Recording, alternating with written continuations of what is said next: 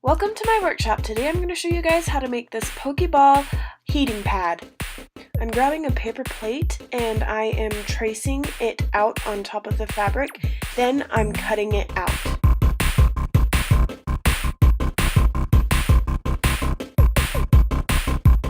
I'm just using a picture from my phone to use it as a reference.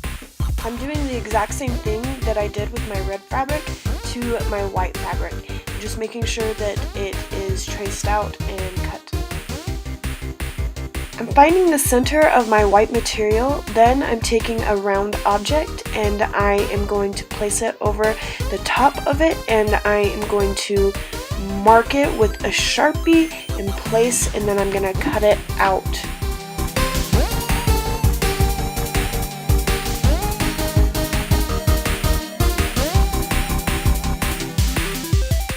I'm laying the white material over the red so I can see what it looks like, and I'm also creating the back just by having it be cut in half with a half and half white material and a half and half red material.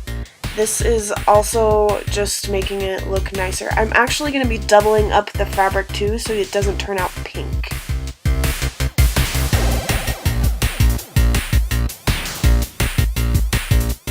For the circle in the front, I am just taking my white material, laying it over the black, and cutting out the circle part, and then I am going to cut off all the extra materials that are left from the black material.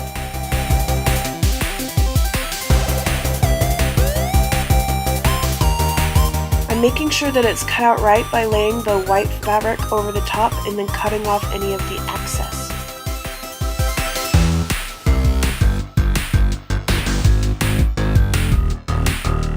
To make the hole, I am just taking my scissors and cutting about a half an inch away from the center edge part and making sure that it stays at that center edge part and I don't go over half an inch at all. For the back of the Pokeball, I just cut out a black strip that matched the same length as the front of the Pokeball. That was about a half an inch. I am using a zigzag stitch and black thread, and I am going over the black material. I'm also doing a black zigzag stitch over the top of the front part of the Pokeball as well.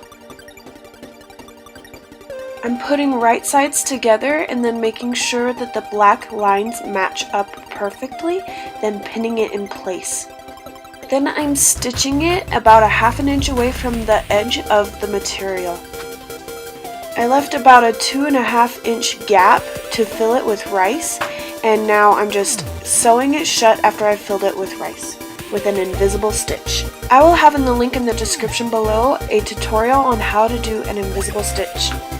After that stitch is done, it is all done, and it looks so cute, and it's perfect for heating things up and keeping warm for the cold.